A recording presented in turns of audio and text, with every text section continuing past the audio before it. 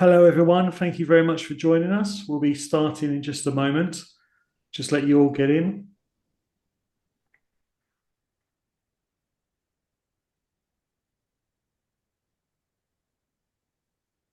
Whilst those early starters got in, if you want to pop in the chat where you're from, that'd be lovely for us to see. It's always nice to know that there's people out there. Otherwise, we just feel like we're talking into a dark void, just talking to ourselves, which is not unusual.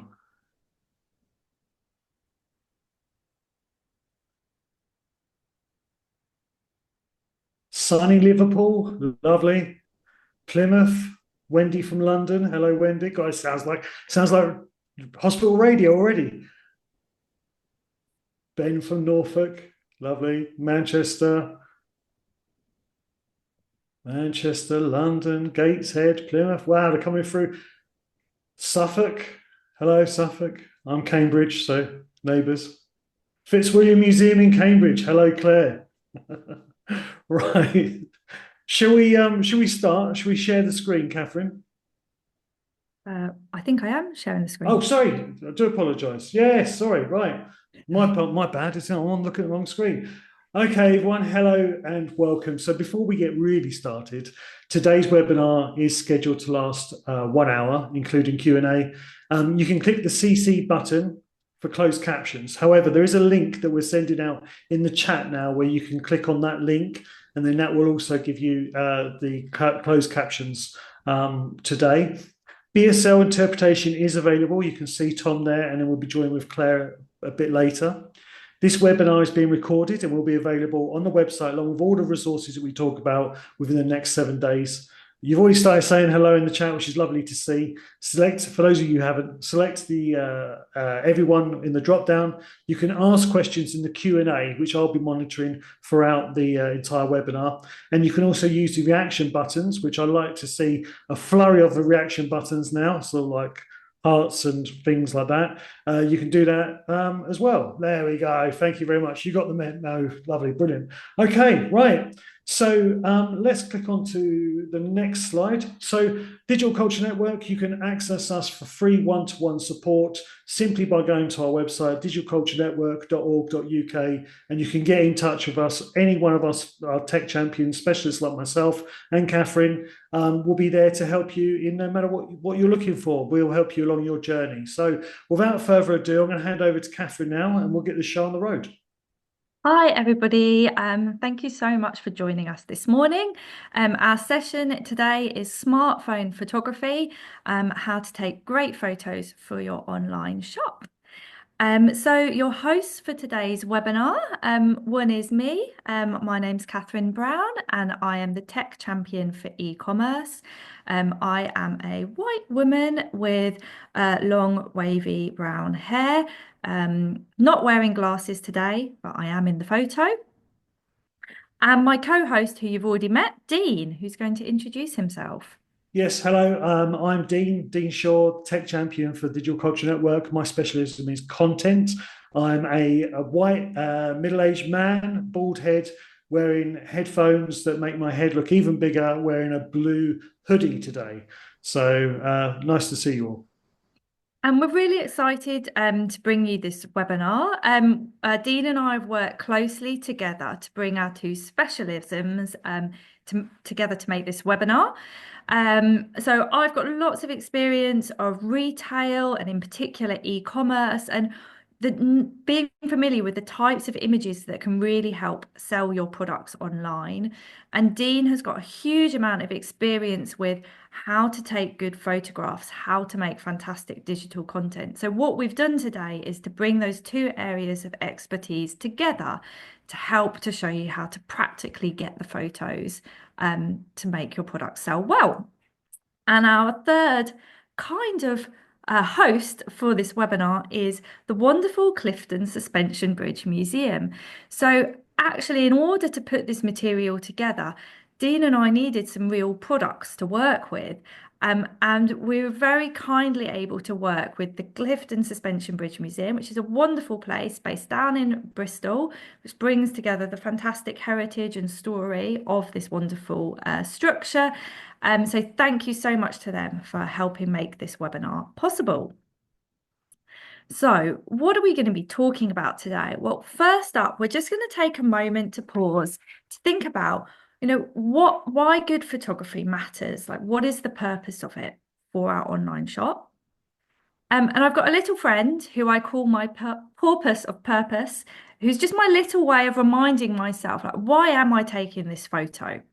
Oh, good. A little happy face. Someone else finds this amusing. Thank you for humoring me. Um, we're going to spend some time thinking about how do we plan for a successful photo shoot? So what's the preparation which goes into making great imagery? And then we're really going to dig into the heart of the practicalities of it all. How to set up, how to take great shots on a smartphone. And then we're going to have a Q&A at the end. And we're really thrilled that Emily, who is the head of retail, marketing and front of house at the Clifton Suspension Bridge Museum, is going to join us. So it's Emily who we worked with closely on putting this material together. And it'll be really great to hear from her how she found the experience as well. So thank you very much, Emily, for joining us. So I'm just going to start by asking a little question now. So what are the kinds of things that might be holding you back from taking better photos? Is it that you're not quite sure even where to start? You don't know if you've got the right equipment. You're not sure if you've got enough time for it. I'm not sure what kind of images you need. It'd be just great to get a sense for how people are feeling about this. I can see some responses coming in now already. So yeah, it's quite spread across those different areas. I'll give it a few more moments to ping through. So thank you so much for responding. Wow, it really looks so it's quite an even split, really. So people not knowing where to start, if they've got the right equipment. 34% of you really aren't sure what photos you need. So hopefully today's session is going to really alleviate some of those concerns and give you the confidence to get stuck into this area. So I'll end that poll now. And I think the results should have just popped up. Here we go, share the results so you can kind of see. So yeah, just to make you feel a bit better about the situation. Actually, lots of people are in the same boat here. So hopefully this session is going to answer some of those questions. And if other questions are coming up, do just pop them in the Q&A as we go as well. So we decided we'd focus on smartphone photography. So Dean, tell us a little bit about why you like using your smartphone for photography. Purely because I'm lazy, I guess. I think the smartphone just makes it so much easier to get the shot that you need. It's always in your pocket. It's incredibly affordable, really, compared to sort of investing in sort of some very expensive cameras or even just hiring professional photographers. So for me, smartphone is sort of like the easiest way to get into making content. And for as we hopefully going to illustrate later on in the webinar, it just shows you what you can do with a smartphone as well. So it's just really easy to take the photos, to edit the photos in an app, and and to just basically see what you're capturing and sort of realize your vision without spending thousands and thousands of pounds on sort of hiring people or even trying to buy the equipment yourself.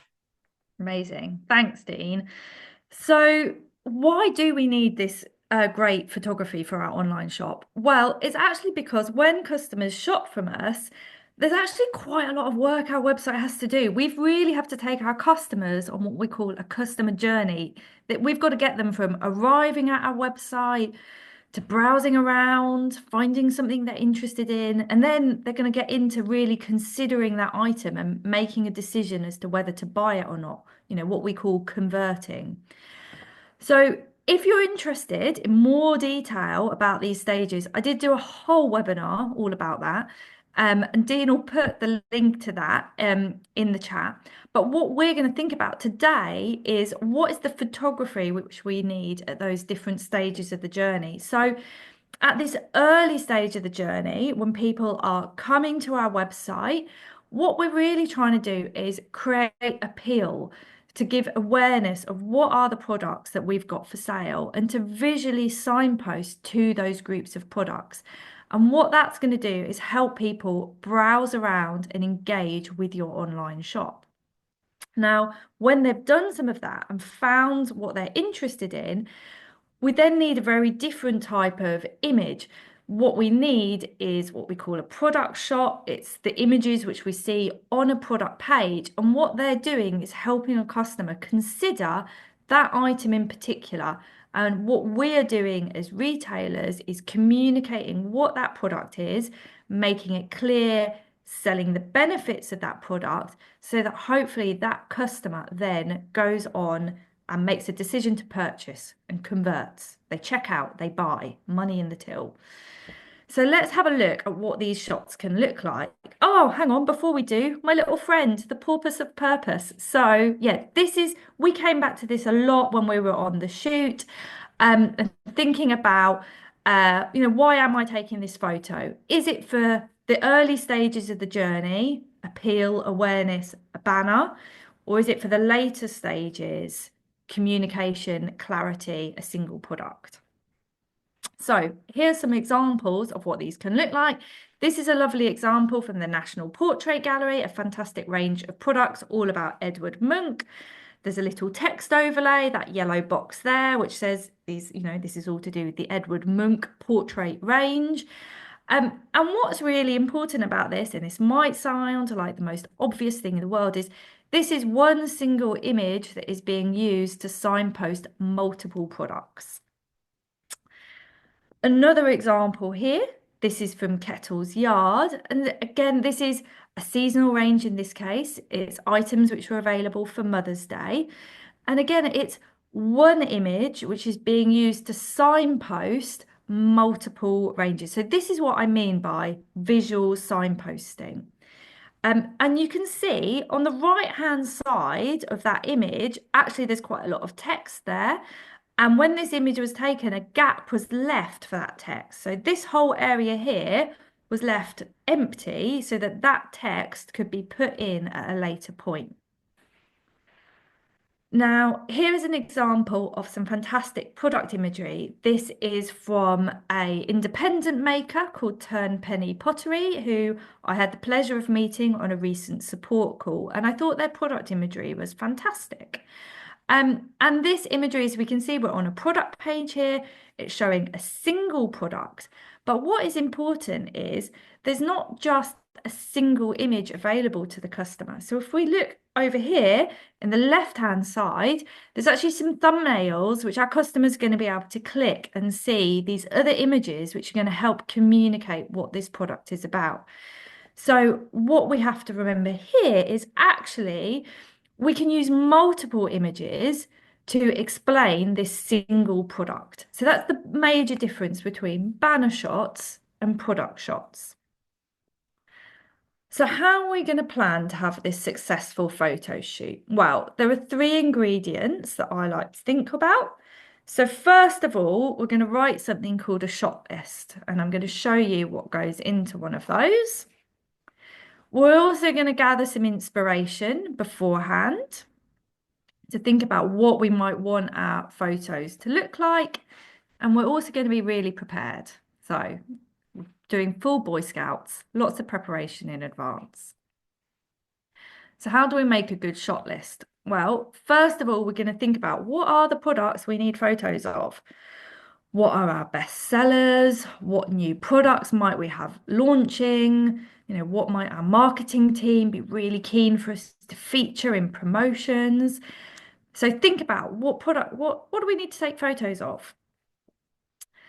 And then think about what type of images do I need of those? So am I going to use these products in, say, an email newsletter? Am I going to need to shout about them on social media? Do I want a banner on my homepage? All of these would tell us that we need to take some of these banner shots, which are all about that visual signposting to this range. All products that you want to sell online will need a product shot. It's pretty impossible to sell something without a photo of it. So your default answer for do I need a product shot will probably be yes. And then we're going to think about some nitty gritty. So what is the format we require? So for example, with those banners, might we need some space for text? If so, think about it and note that ahead of time. And we're going to think about what is the what I call the aspect ratio. that I'm going to need my images to be. And so by that, I mean, will I need my images to be landscape, portrait, or perhaps square? What's that, in technical terms, aspect ratio? What is it required? And the reason we need to think about this in advance is, and this is an example from the Clifton Suspension Bridge Museum, your website will be set up to show your products in a particular way. In this case, for the Clifton Suspension Bridge Museum, the template they use on their online shop uses the product shots in a portrait format. So we want to make sure when we're taking photographs of these products that we're aware that that's the format that the website will require. Because we don't want to be creating ourselves lots of problems. We don't want to have to change the website, or we don't have to do lots of editing on our photos. So think about those end formats ahead of time. And this is just a little example of what a shot list looks like. This is the real deal, what we used for our shoot down in Bristol. And kind of what I want to communicate with this is it's quite a lengthy, tedious spreadsheet. It's quite nitty gritty, it's quite detailed. We've spent some time in advance really thinking at quite a granular level, what products do we need, making a note, do we need a banner shot? Do we need the PDP? That means product detail page. That's my acronym for a product shot, basically. And I've put links in there to existing imagery. So Dean, who I was working with, could have a little look at what the current imagery looked like. So basically, plan ahead, have a list, prioritize it. Now, where are we going to find inspiration for our photography? Well, first of all, we're going to think about your brand values and your style. So either as an individual maker or as an organisation. And in the case of the Clifton Suspension Bridge Museum, their story is all about their industrial heritage, this story of engineering. So we had that in the back of our minds. And so we would perhaps try and subtly cue some of that in our photography. And as we go on, you'll see what that means. And the other thing we did was we gathered examples of how items could be styled. So these are the types of products we'd identified. So on that shot list, we knew we were going to have to deal with mugs, tea towels, tote bags, all manner of different things. So we spent some time looking at other people's websites in advance to see how do other people make these products look good.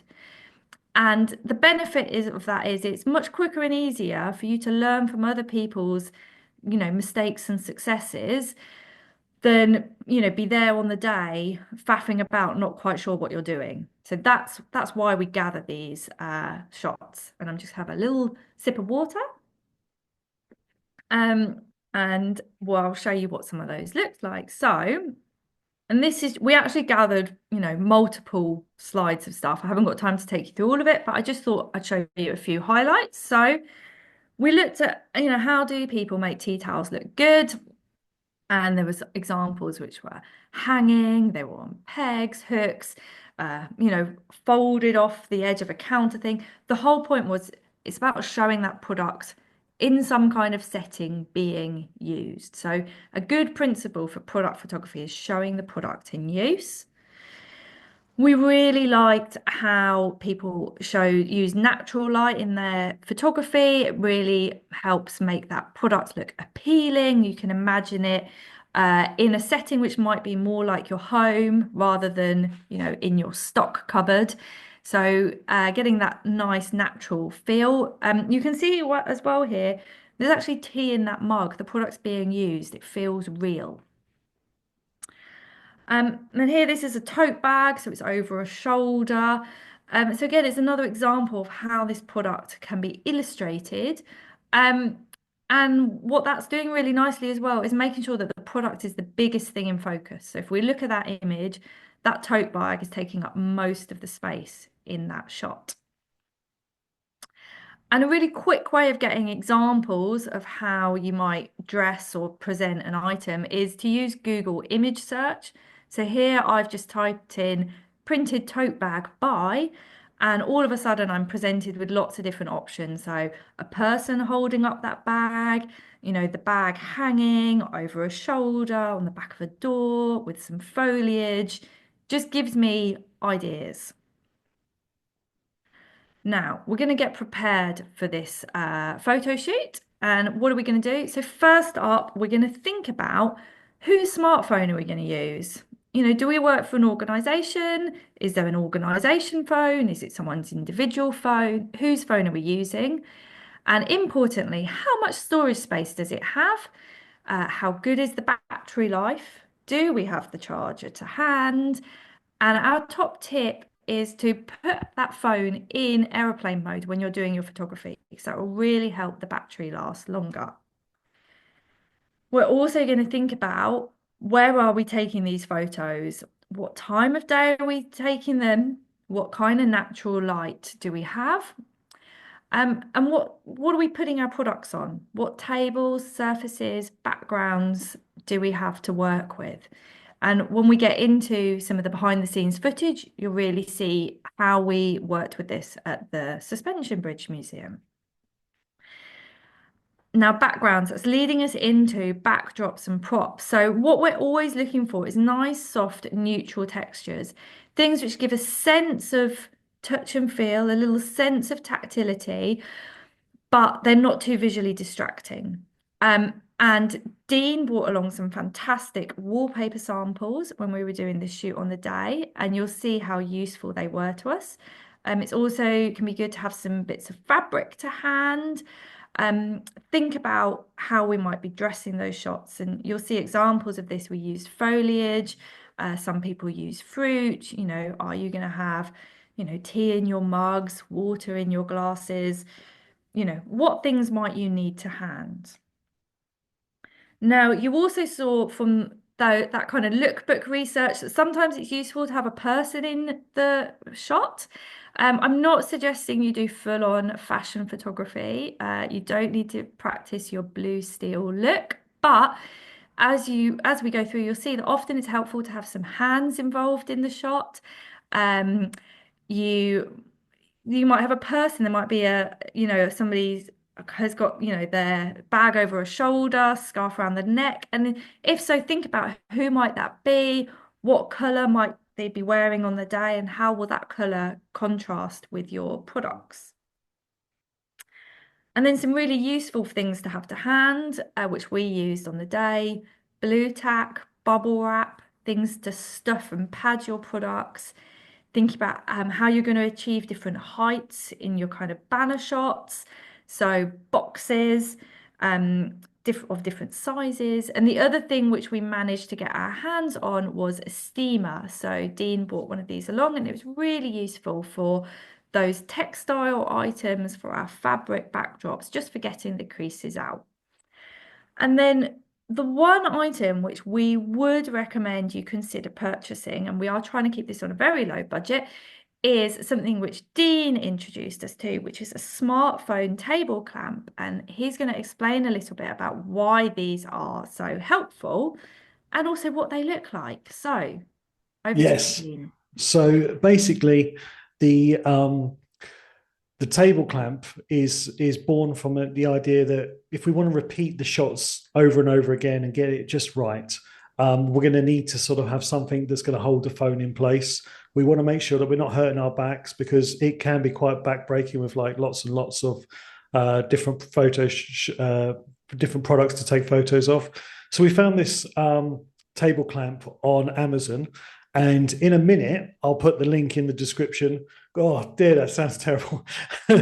But so yes, it's a really, really good solution to sort of keep taking photos that's repeatable, and also to save your back as well. So if we click on to the next slide, Katherine, you'll see kind of what I mean by that. So, oh, sorry, yeah, carry on. This is your part, isn't it? So do you want to talk about It's this? fine. But yeah, no, so the table clamp's really useful. You can see that's Dean unrolling his wallpaper sample. So this is now us going behind the scenes at the Clifton Suspension Bridge Museum. This is kind of the setup. And We're in a pretty functional room. It's not too showy. You can see the photo on the left. We've got some products plonked on the table. This is what we knew from our shot list. We needed to take photos of that day. And so we've got quite a job to elevate that product to make it look super appealing. Like this is the thing somebody wants to buy. Um, and yeah, you can see just in shot there the table clamp. And you'll see that more as we go through this footage. And the other thing, just these wallpaper samples, Dean has just popped along to his local B&Q and he has just kind of raided what they have on offer. He's bought a whole selection. Um, the bricks were quite a deliberate choice. We thought they could play to that story of industrial heritage. But he's not been too fussy. He's bought a whole range of things to work with because often it's a case of just seeing on the day which one works. And you never quite know. So, there's the one right in the foreground, which is kind of grey, greeny colour. It doesn't look desperately appealing right there. But later on, you'll see how actually that was one of the ones which made the products look fantastic. So this is now us moving on to setting up the product shoot. So, and by this I mean the individual product shots. And so one of the things which we're thinking about is how we get those shots to look nice and consistent. And that is why we're using this table clamp. And Dean has chosen to set the table up in a particular location. Do you want to tell us about that, Dean? Yeah, definitely. So when we walked into this sort of like a backstage sort of storeroom almost, we've got this lovely light source coming from like a skylight, which meant that pretty much throughout the whole day we'd have this quite diffused natural light that's going to bathe this space. So we slid the table over, we stuck down one of the blue pieces of wallpaper that I got from B&Q. They were always a bit concerned about why I needed 50 samples of various different colors. But trying and putting them into place, you've got to see just how they sort of really worked with certain products. With the table clamp in place, I'm able to use the guidelines on the phone to line up the card, in this case, the greetings card, exactly on the line.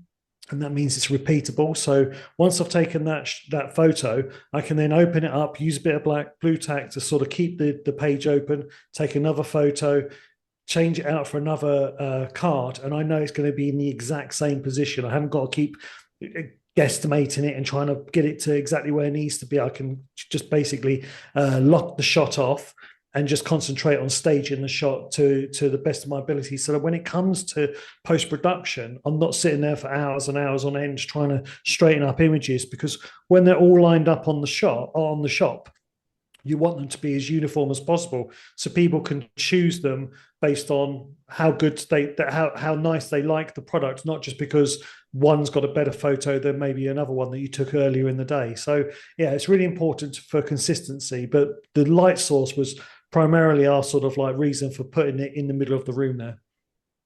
And then we carried on we had a lot of greeting cards to work through, and that's why this table clamp is mighty useful.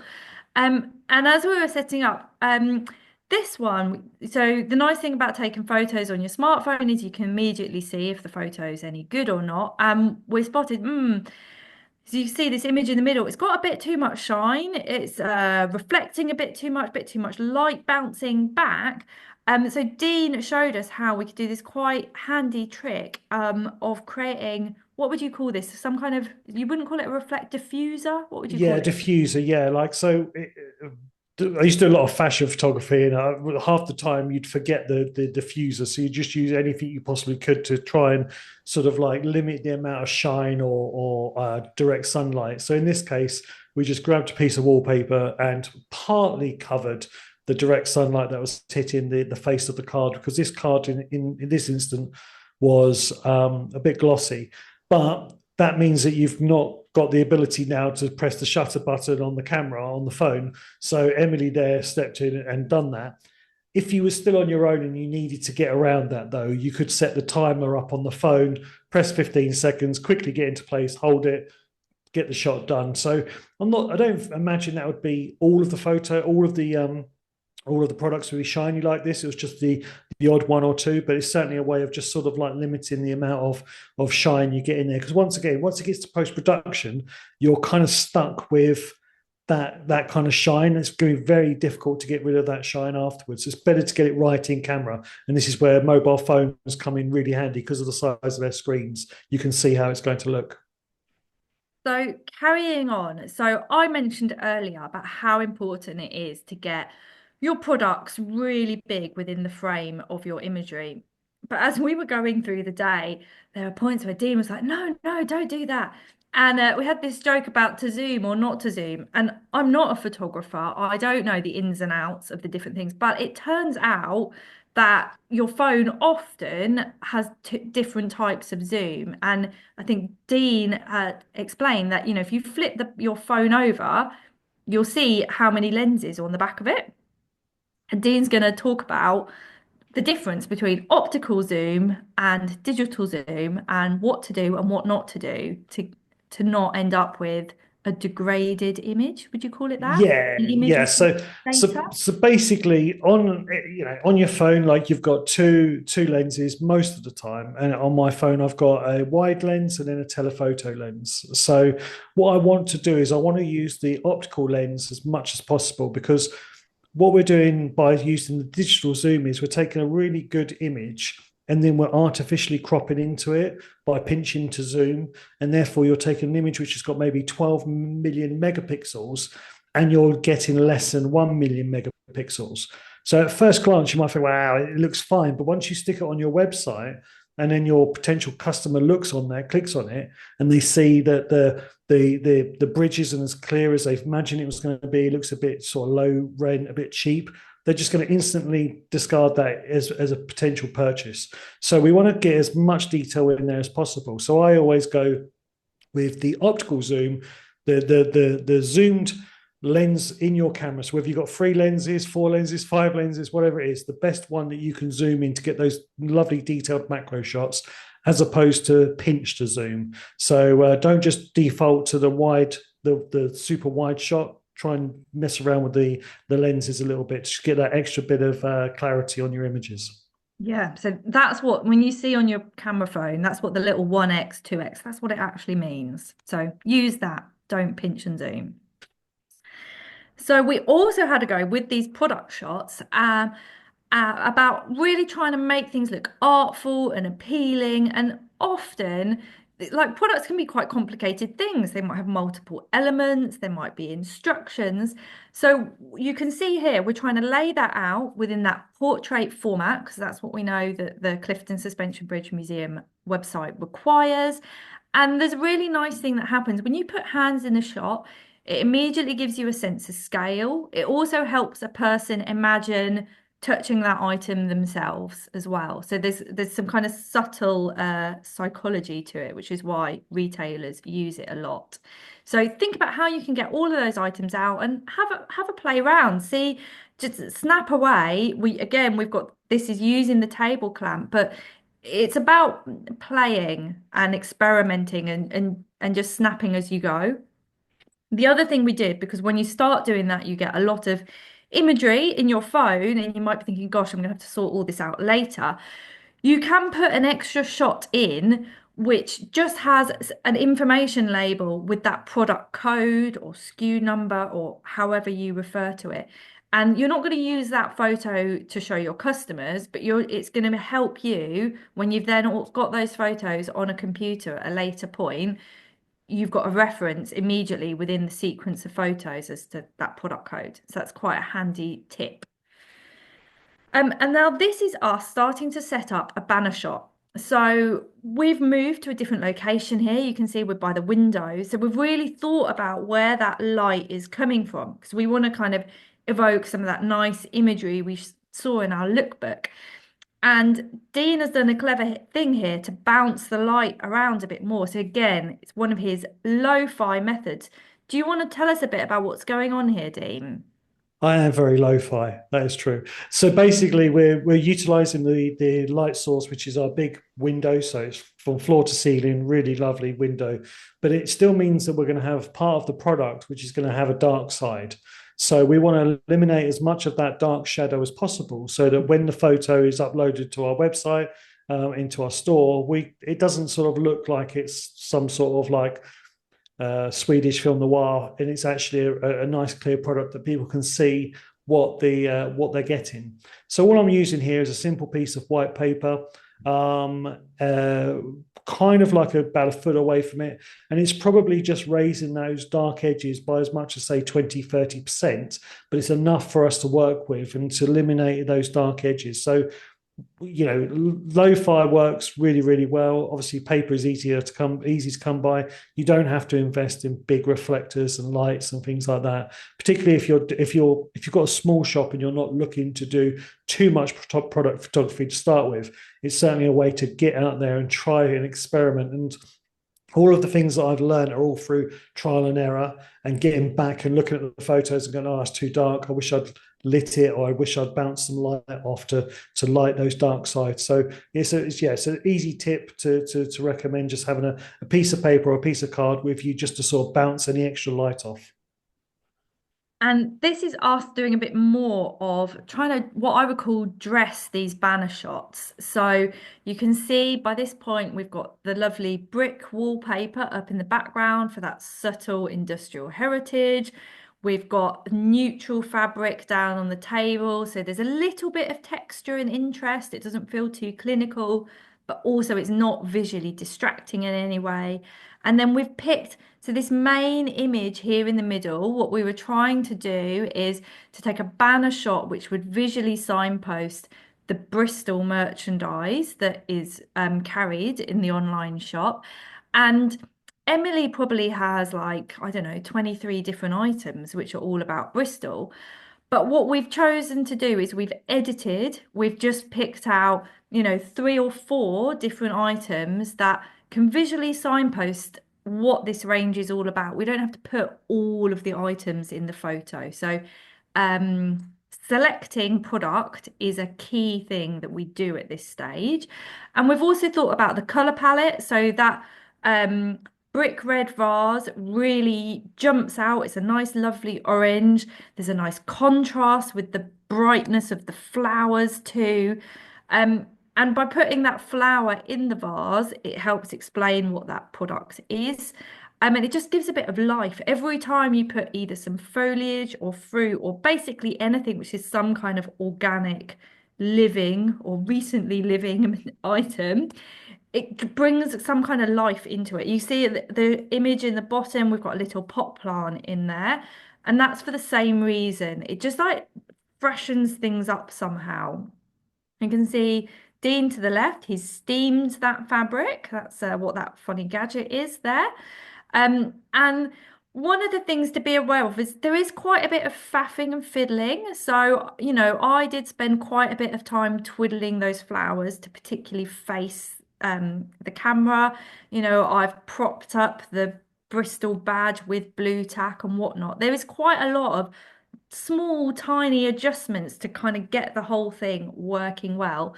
So, and as Dean says, it is trial and error. You test and go, you look at the shot, and you just keep tweaking and keep taking those photos.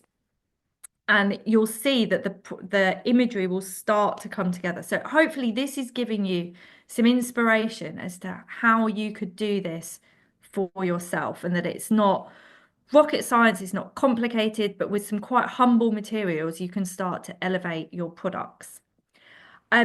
This was a lovely shot we took, which was it's a banner shot, and I was really pleased with how this came together.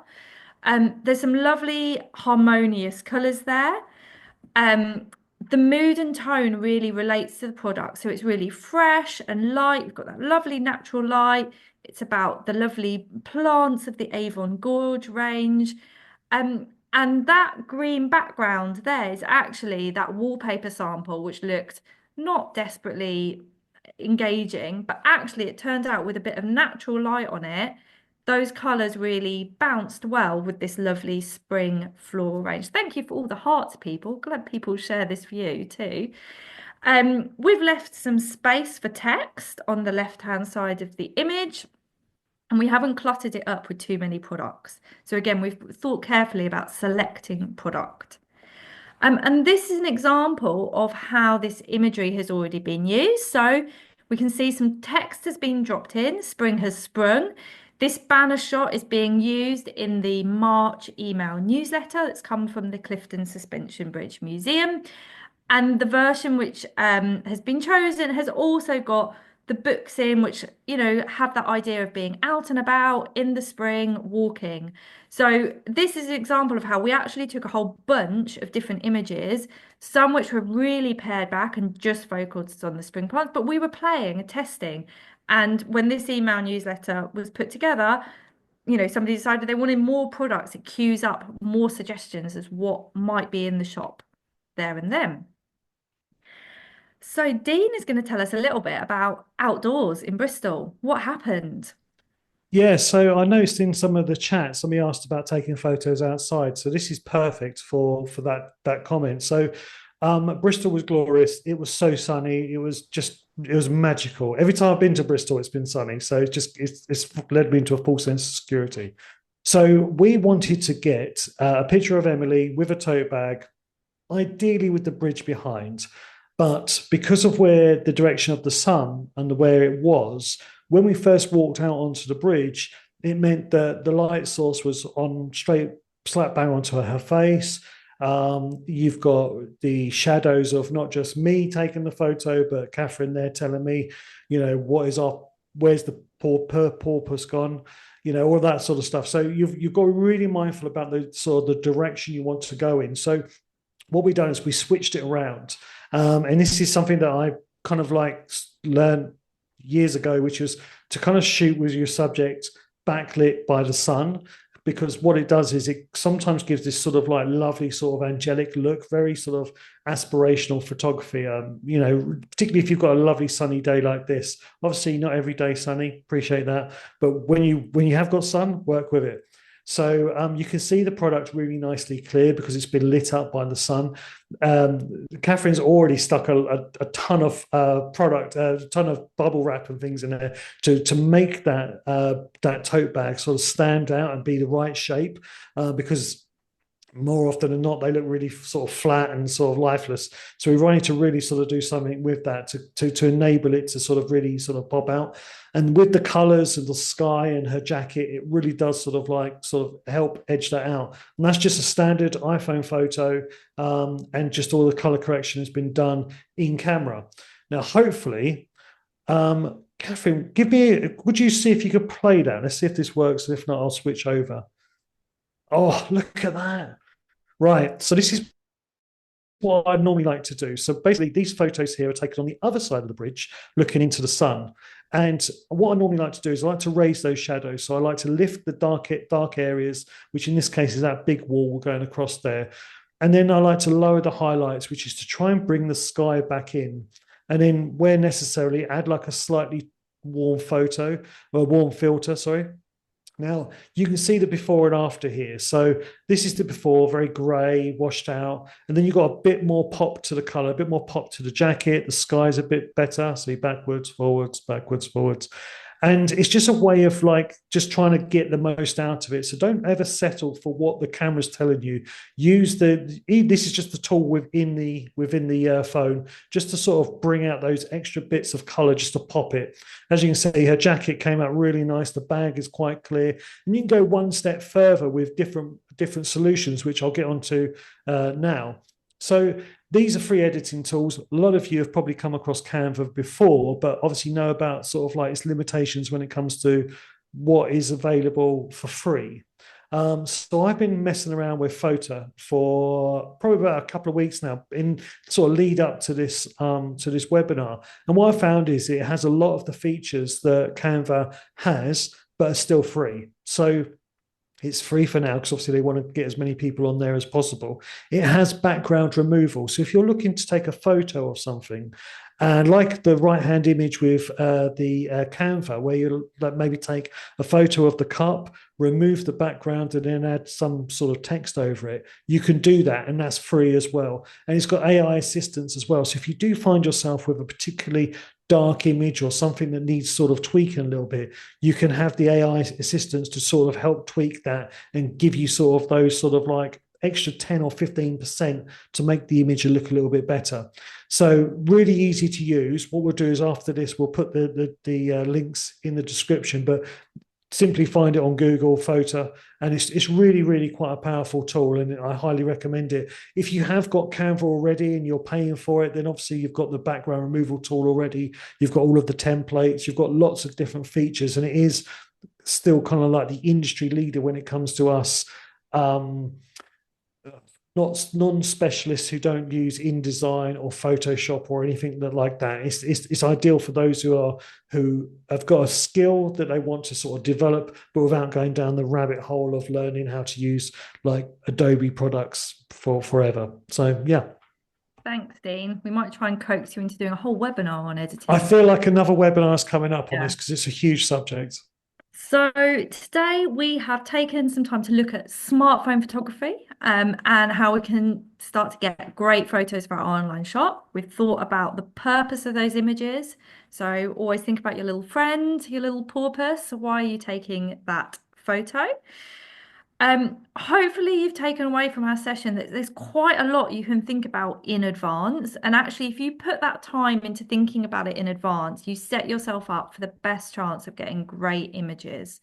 And then, we'll release these slides and there'll be some checklists, etc., that come with them. So yeah, use those notes. And the biggest thing which Dean and I really wanted you to take away from this was like seeing practically like how people do this behind the scenes. So how you can use like quite lo-fi, humble materials to really experiment to bring the best out of your products, because really that's what you're trying to do. And it is about getting creative, experimenting to make those products look fantastic. Dean, is there anything else you'd add in at this moment before we get on to our Q&A? Well, this is it, actually. I know I'm just the whole get creative and experiment. I'm literally going through that's why I've got my 1,000 yard Dean's stare in over the at my second Q&A. He's screen. in the Q&A. I Right, so we're going yeah, to get on to this now, and we're right. also going to ask Emily to join us on screen. And thank you so much for being here today, Emily. I think she's going to pop up. She's there. Hi, Emily. Lovely to Hello. see you. So I thought I'd just start off by asking you, obviously we were there with you for a day and a half, how you found the experience of seeing what goes into this type of photo shoot and what you learned from it. Yeah, it was really awesome. I feel really fortunate that both of you are able to come and really show me hands-on just how to do this sort of stuff. My biggest takeaway really was, and I kept saying it throughout the entire day and a half, everything that you or Dean were suggesting were completely reasonable. They made total sense, and it was really easy little tweaks, or let's try this, or use this wallpaper as a little bit of a bounce to create this sort of light. So completely easy to implement things that me, as somebody with no background in photography, would have considered. So it was a lot more simple than I had anticipated it being. Just by making kind of 5 small changes, we were able to go from an image that really looked like it was taken by somebody who didn't know what they were doing to something that looks like it's being taken with a much higher quality setup than what we were working with. Oh, that's fantastic to hear. Thanks, Emily. So I think Dean might have dug through the Q&A chat and might There's have some loads. questions. There's so many. I'm hoping Where, to get where, to where are all we of them. going first, I Dean? don't really know. There's a lot to do with the actual product. It's like the actual taking of the photo itself. So somebody's asked about how to avoid the shadow of the phone. It is trial and error. I appreciate that when you look at how I done it, with the camera source behind and the camera being above, it could look like it's going to cast a shadow. But what I've probably done is I've probably moved the camera just slightly back a bit so that it's not directly over the top. So it's almost like a kind of a 20-degree angle, so just marginally back a little bit to do that. But it honestly is trial and error, and I could never tell you how to do it without being there to say, oh, move it backwards, forwards, and give it a go there. So one of the other questions we've had I'd say just is, go on, sorry. I'd say the other thing about that is just starting by being aware is the first thing. So now, we've been spent some time chatting about it, just being aware of, like, as you're taking a photo, looking at, what shadows are in that image I've just taken. And then that is how you do the trial and error. You see, what did I get? Is it good or not? And then go from there to tweak and change. Yeah, totally. Like, so for instance, somebody else has asked, they have products with mirror pieces as well as shine, and they're worried about the reflection coming back. That might be a post-production kind of thing. Whenever I've had products that I've taken with, say, like a shiny bit of gold, you can sometimes see the camera in there, and it's sometimes a case of just going into, say, Canva or Photo and just penciling out that bit or blurring it a little bit. There is some sort of smudge tools that you can get, or erasers that you can get, where you can easily take the camera out, providing it's not a massive sort of lens. You should be fine with that. Optimizing camera quality is all in your settings. If you go into your settings and try and find the sort of the highest resolution options you possibly can and go with them, which then leads us on to the next question, which somebody asked about upscaling printing. So whether A1, A2, A3, whether that would work. I'm hesitant to say no, because I'd like to think that, like, my camera's got like a 12 million megapixels, which I think might be enough to upscale to those sort of size photos. I've done billboards before with a 20 million megapixel camera, and that looked exceptional. So A1, A3, A5 should be perfectly fine for those kind of upscales. So that shouldn't be a problem at all. But once again, it kind of boils down to sort of trial and error.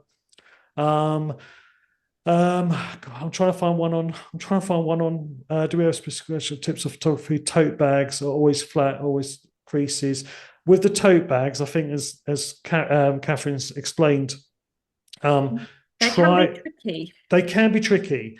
Yeah. It's kind of a case of, like, you steam the life out of it. So I have a little steamer on hand all the time.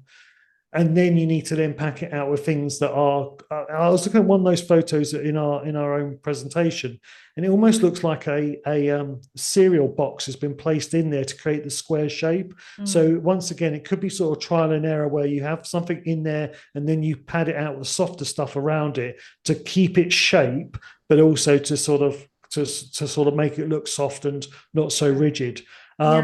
Yeah. We can fiddle. Like, when we were taking those pictures with Emily, I was there, like, kind of like slightly pulling the fabric taut, to give it. You're really kind of primping and preening those products to make them look good. It sounds mad, but that is what you do. So yeah, padding it out, different ways you can experiment with.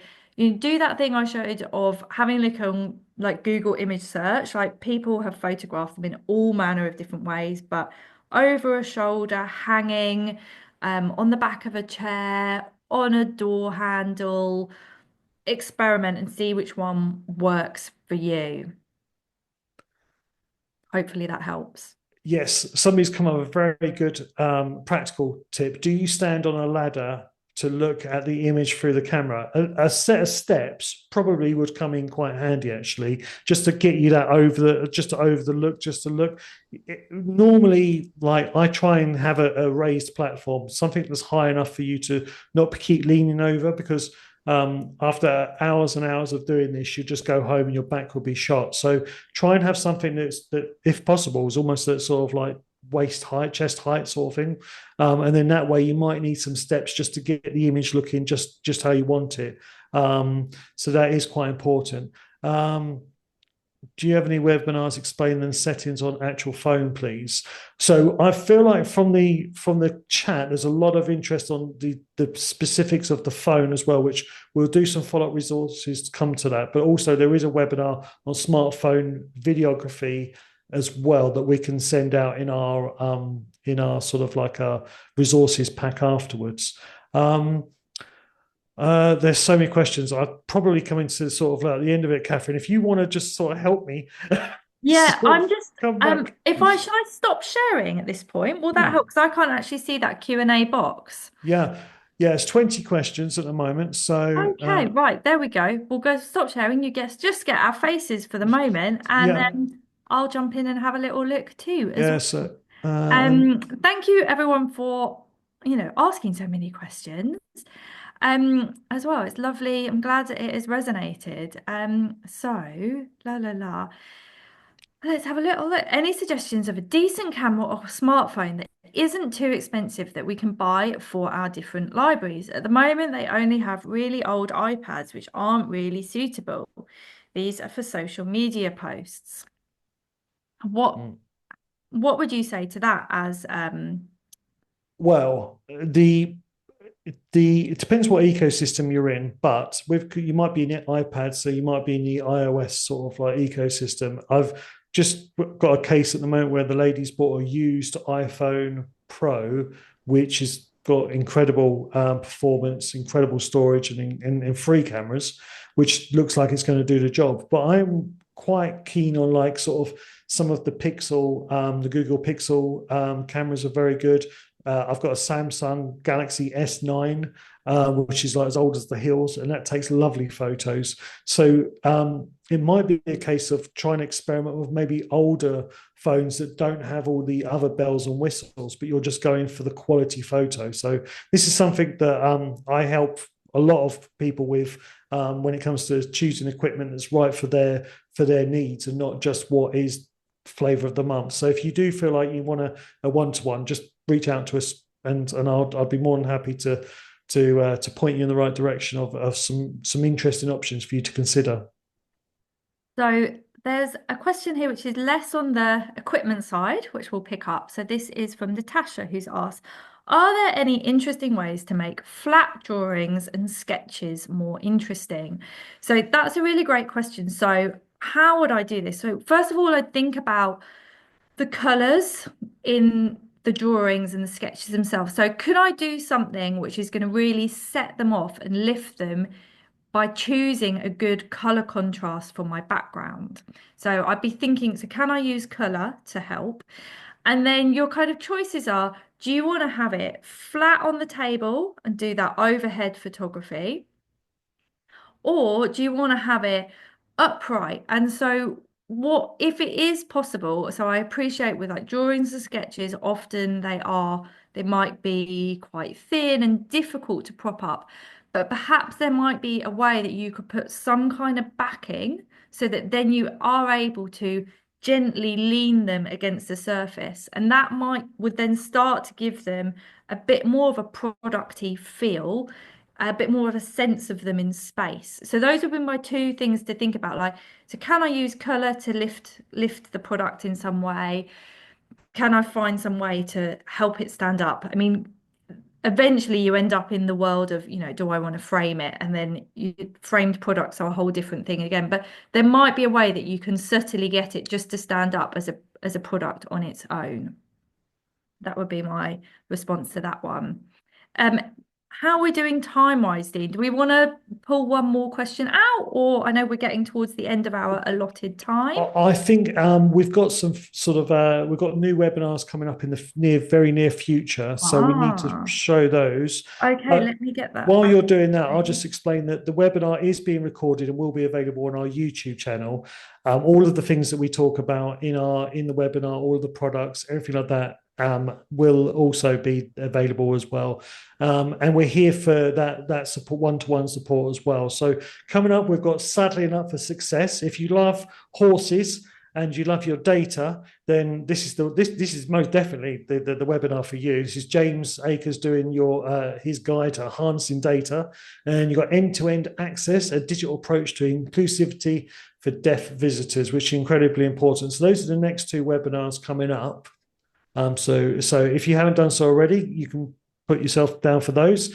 If you need to get in touch with us, you've got the email address, digitalnetwork@artscouncil.org.uk, our website, which has all of our knowledge hub, all of our articles, the way to contact us, the way to see all of the events, digitalculturenetwork.org.uk. You can follow us on X, @ace_DCN. We're doing more and more on LinkedIn as well. So look at us up there on Showcase Digital Culture Network. And then, as I say, all of our recordings will be available on our YouTube channel, which is also where we have lots more resources as well. I'm going to take a lot away from this webinar, that there is probably a big need for more photography stuff, and I'll be coming back with something very, very soon. So thank you very much, everyone. Katherine, I'll leave it to you to finish off. Oh, well, no, I think we've got there. Thank you, everybody. Thanks so much for joining us. And yeah, do reach out to us if you want some one-to-one support. We're always excited to look at what everybody's doing and see how we can support you. So thank you so much. Thank you very much, everyone. And thank you very much for the BSL. Yes. Closed captions. And Emily as well. And Emily as well. Yes, Clifton Emily. Thank you so much for joining us. Museum. Thank you. All righty. Cheers. Thanks a lot, everyone. See ya. Thank you.